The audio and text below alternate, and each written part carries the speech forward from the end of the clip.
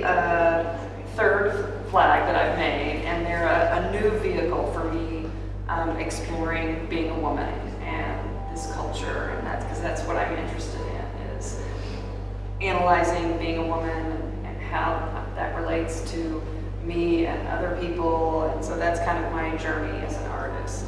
All of my work have a stitching component. It's a technique that I absolutely love. It has baggage that comes with it, because when women couldn't work out of the home, it was not thought of. They were at home doing needlework a lot of the times. I grew up around my mother and her twin and their mother, who were constantly sewing, either practically or ornamentally. So it was just part of my DNA. And I went to art school, and I didn't sew at all in art school, which was kind of a weird thing. It wasn't until years later that I was struggling as an artist, and I went, I've got to marry my craft technique with my art training. And when I did is when I completely was like, I found what I'm supposed to be doing. But this piece, how I made this piece is I sew on vinyl by the yard from the fabric store that you would cover your couch with. And so I select the components and lay them out, and then I machine stitch it all to the vinyl. And then I go back in and do handwork, hand stitching, and then add some paint, and the beads are stitched on there in sequins. And then I lay it on a panel, and then I cover it in resin. And I gambled when I did this technique for the first time, and I got lucky, and the vinyl just disappears when the resin's poured on it. So you can't really see like what it's exactly stitched onto. And there are areas where, the stitching kind of looks like it's floating because of that. And I love the kind of metallic, the quirkiness that happens with the vinyl when the resin's on it. Some of the pieces, they'll be wavy, or they do all different things, and it's a wonderful mystery to see what will happen depending on what materials I'm using. So, question?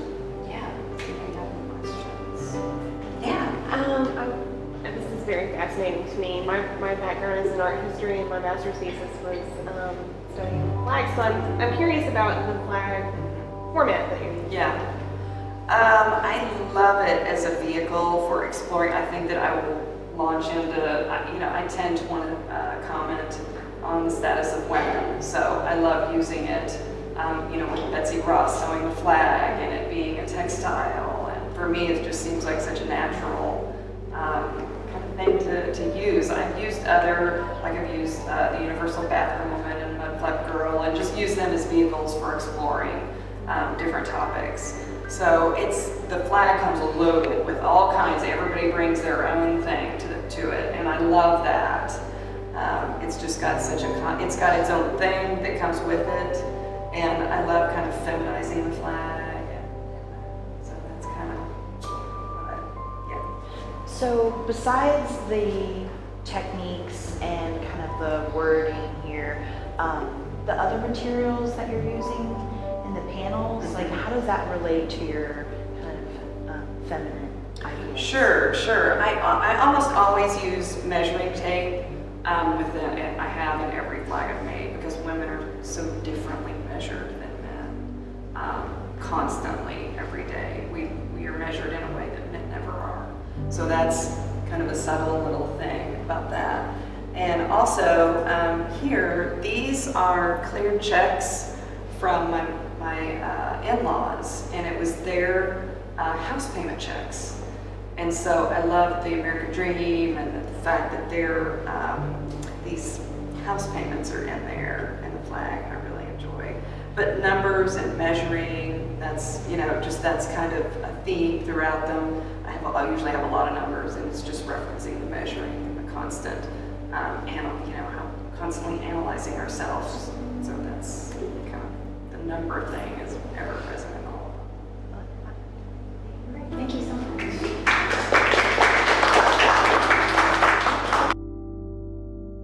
So this project's called OSEA, which means an alternate way to play a passage. This group of work was really challenging for me to work on and is new territory for me. And one of those elements is because there's actually technology in it, and that, that kind of flipped my head for a while. But how this project came, or this concept came to be is, I've been studying the piano for the past 6 years, and I do it just purely for personal reasons. And one day during one of my piano lessons, my teacher started talking about this music theory that's called the 12-tone theory. And there was something in that was just like, oh my gosh, this is so fascinating. And it really caught my attention. And so that was about 2 years ago. So on and off, we'd be like kind of talking about this 12-tone theory, which came out of, it was kind of this backlash to making harmonic music. That's what most of us, tend to gravitate towards. It's what we enjoy hearing. And so there were composers around the 1940s that were trying to come up with another way to compose music that wasn't harmonic. And so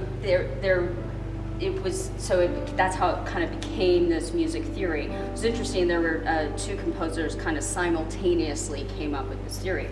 But what happens is there are 12 white and black keys in an octave on the piano, and you just kind of decide on an arrangement of notes, and then you can create all these matrices based on just that one arrangement of notes. So there's like these endless variations, and the base of the theory is that you can't repeat a note until you play all of them. So it can get really complicated with inversions, and you start adding weird chords in there, so there's all sorts of, like, you can just kind of take it and run with it. But what was interesting to me is that there was actually a way to map out music. So, I mean, you have music that you read, you read the notes on the page, but these were actually, by reading these matrices and making them, there was a way to create something that looked almost like a sacred geometry.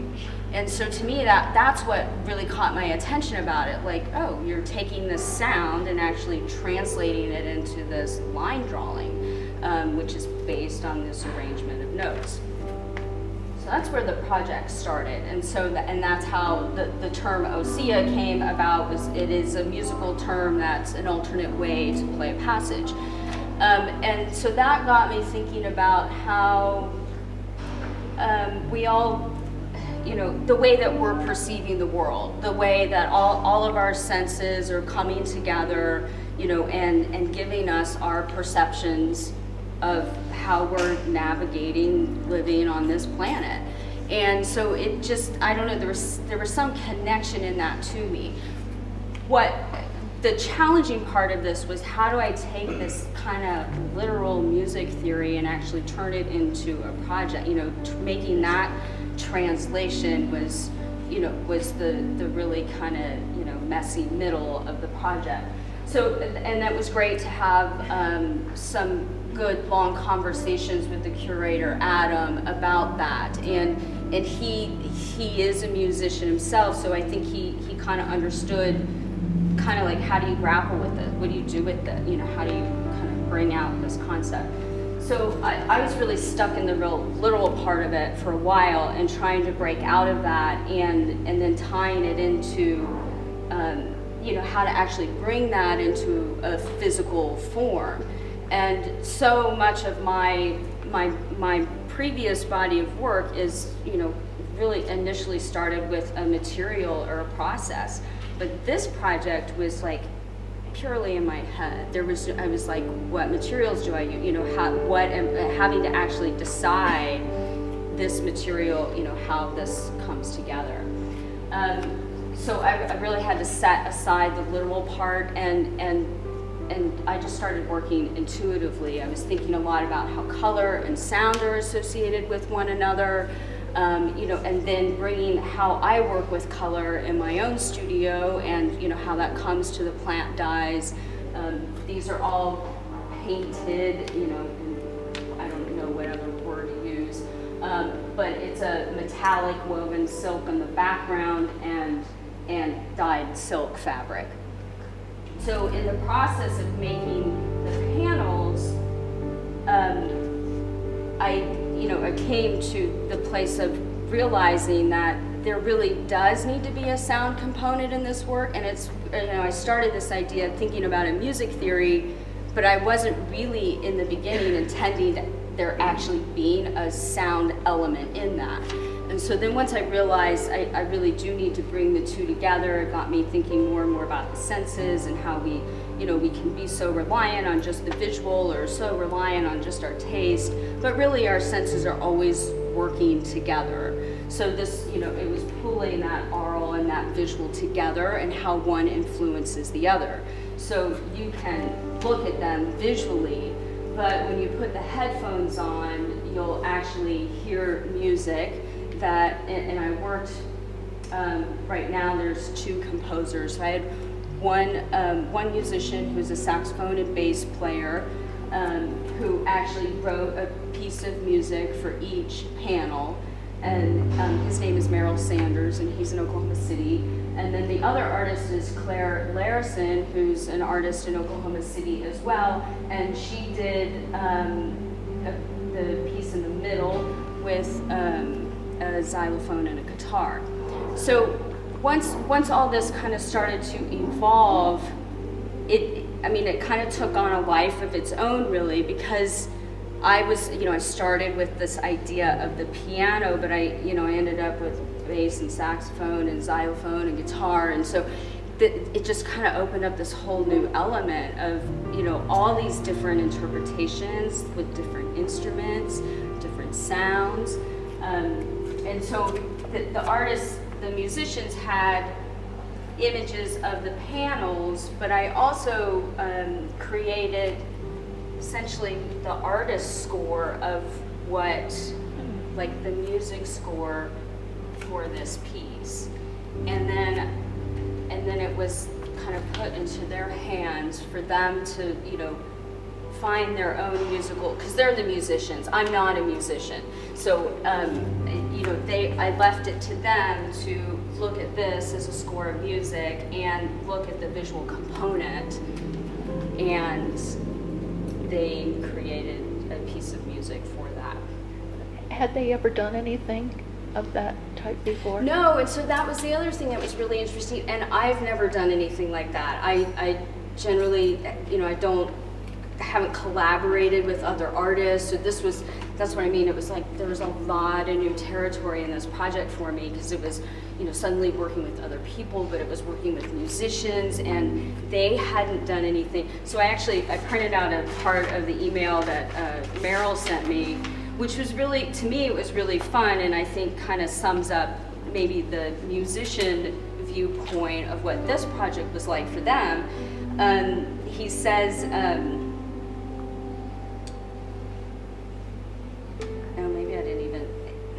maybe I didn't even print the right one. Anyway, he says here, this has certainly been a fun and different type of exercise that I haven't done in the past, and it was a chance to learn something new and see music as well as art in a new way. So that to me kind of summed up and embraced that we were both like, I don't know where this is going, but let's try that. Now, I'm by no means the first artist to integrate the two, so I'm not trying to be presumptive like that. But it was just really interesting to kind of find that dialogue with with other artists, and have it actually be this fun, totally exploratory. I don't know what to expect. They didn't know what to expect. And when Meryl sent me his tracks, I noticed that he actually, I just have them titled OCO 1, 2, and 3, just to keep it simple. And he had actually came up with his own titles. And so that was fun too for me to it's like really kind of getting deeper into how somebody else sees it. So this is the first one, and he called it Conflicting Elements. This is the second one, which he titled Underneath It All. And then this one he called Fate's Countdown. So when you have a chance to listen to the music, I don't have these titles up here. That was one of the challenges in in doing this is like trying not to get too didactic with it, and like wanting to provide information but not too much information. So there were a lot of kind of things to hash out in creating this. So Heather, when you say you created the musical scores, I guess. Right. Yeah. I'm What did using you that. what loosely. did you do? I mean, are they hand drawn or are they? Yeah, they're hand drawn. Yeah. They're colored pencils, Uh-huh. and I just kind of I started with an arrangement of notes and went through some. But did you know what those? I guess as a piano player, you know what those notes already said. I'm not musically inclined, Well, so I wouldn't be. That's where this kind of like these are not music symbols Yeah. that I'm using, so I wasn't like trying to literally make a music score, but it was like, okay, well this this symbol means to make the sound quiet or to slow down, and this is to kind of lift it up. And in the background of each of the scores, you'll see a line drawing. That's the very first thing that I drew, and that's the actual line drawing for this order of notes that translates that matrix. So that's kind of where it all started. It was from that line drawing. Does that answer your question? Yeah. So I just didn't know. I didn't know what I was looking at. So. Okay. Okay, thank you so much.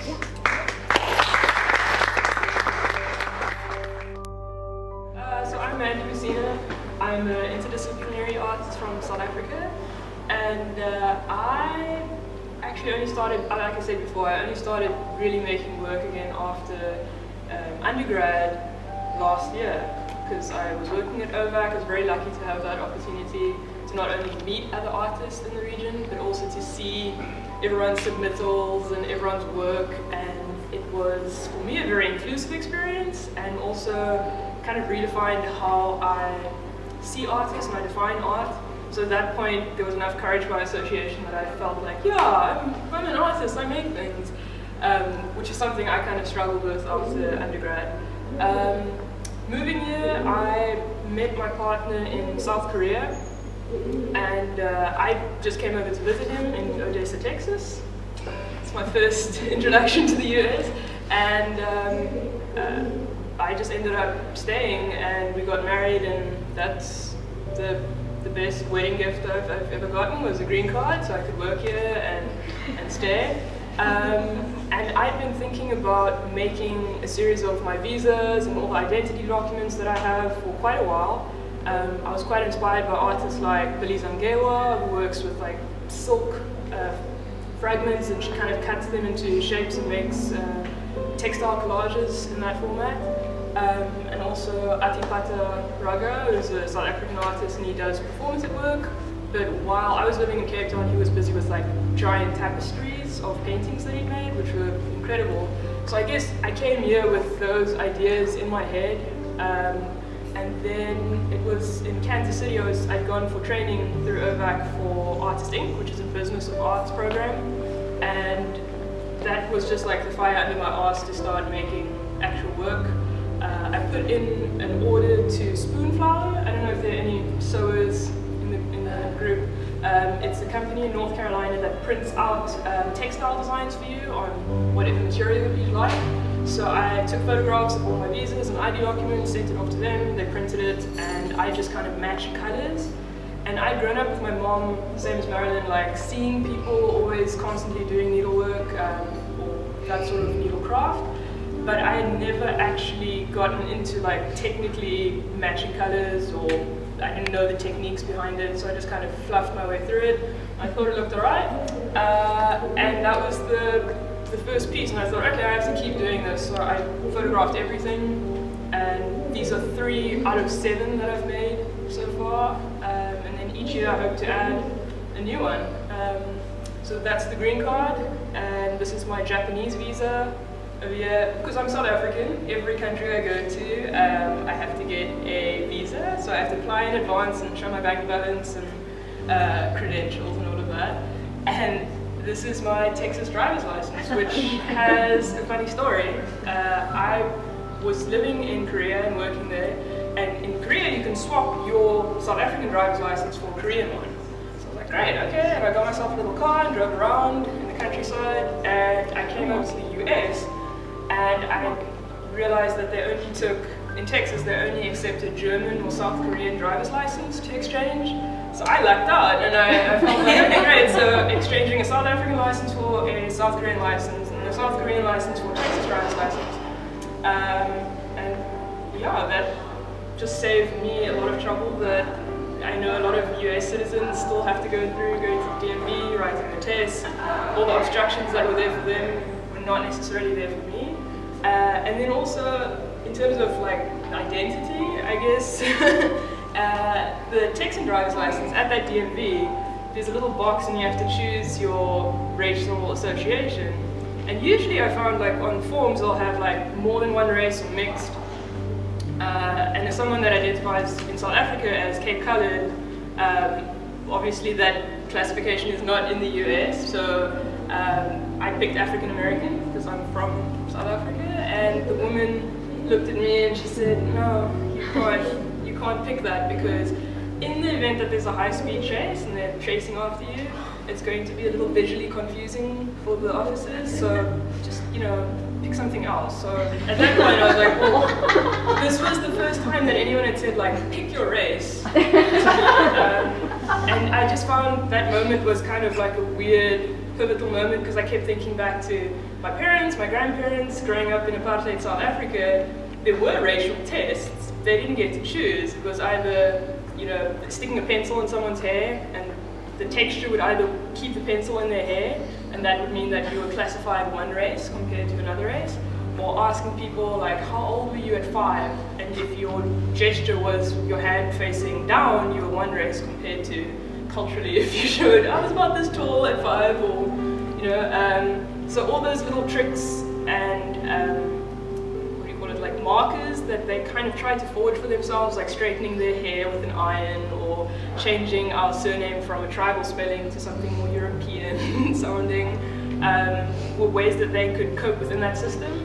And yeah, I was just like, which race do you want? Do you want this, that, or the other? And eventually I just asked her, like, well, what would you categorize me as? And she took all my IDs that I had. She said, you look Filipino there, you look Mexican there, you look like this, that. And I guess at the end she said, like, okay, we'll just mark it white, because that's kind of all-encompassing. So that was my situation in Texas, and it was a very interesting one, and that's the work that I made out of it. But another element that I really like, I enjoy in my own work, is that each culture I've moved through, there's been an adaptation to their standards of beauty, what they consider to be acceptable in their society. So when I was living in Korea, I had gone, my hair is very curly and I don't necessarily dress up. And in Korean schools, I didn't get a lot of respect from the children until I started straightening my hair chemically and dressing a little bit more professional, because they're very image-based. And all of a sudden I got a lot of positive feedback, so that was interesting. Also experiences in Odessa, like walking down the street with very curly hair, got me certain comments in Odessa, Texas, compared to when my hair was straight. So that's been a pretty interesting experience for me, and I just put it, worked little bit by little bit. Like I said, my studio was my bag, embroidery bag, and whenever I got a chance, I just sat down and worked through that. Does anyone have a question they want to ask? Let's get into the racial identity question.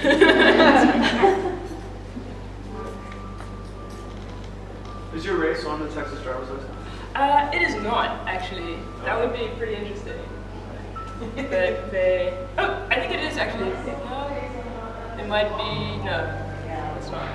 But in the system, I'm a W.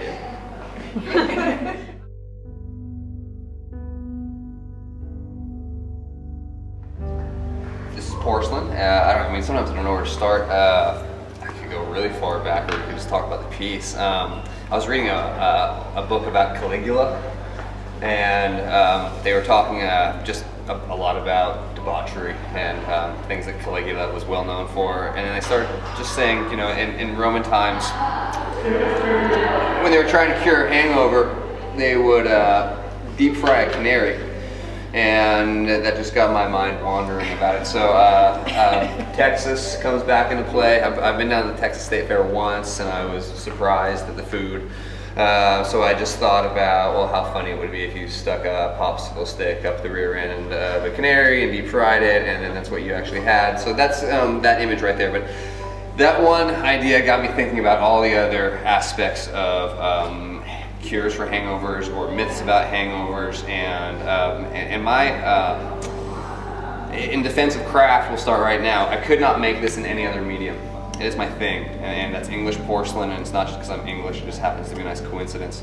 But I can make almost anything that I want to make, and then I can decorate it any way I want to. And this is all hand painted, and then I paint with a clay body too. So I paint with clay, and I work with clay, and yeah, it's so. Krystle had asked a question in the very beginning about is it usable, and yes, you know, it's got a glaze on the inside, so you could store your favorite cookies in there, or whatever else you might want to store in a large vessel like this. But I think the functionality of the piece is very important. I just think anything, to me, in ceramics is more valuable when it speaks to multiple audiences. And so if I make a functional piece that is decorative, that may be a little bit of sculpture in it too, maybe. I don't know, it's not really sculptural, but all of a sudden my audience grows exponentially. And that was taught to me at a very early age about if you really want to try and maximize your crowd, your target audience, you know, think about how to diversify a little bit more. So yeah, within this piece, it really was one of those things that, I'm not saying that I've ever had a hangover in my life. I might have woken up with a headache. But in undergraduate school, I never really wanted to be an artist, and I sure as shit never wanted to be a teacher. And so I still, when I wake up in the morning, almost every day, I thank my lucky stars that I am doing something that I love, and that is both making art and teaching. I just didn't know I was going to be any good at it, and it turns out that I guess I'm kind of natural.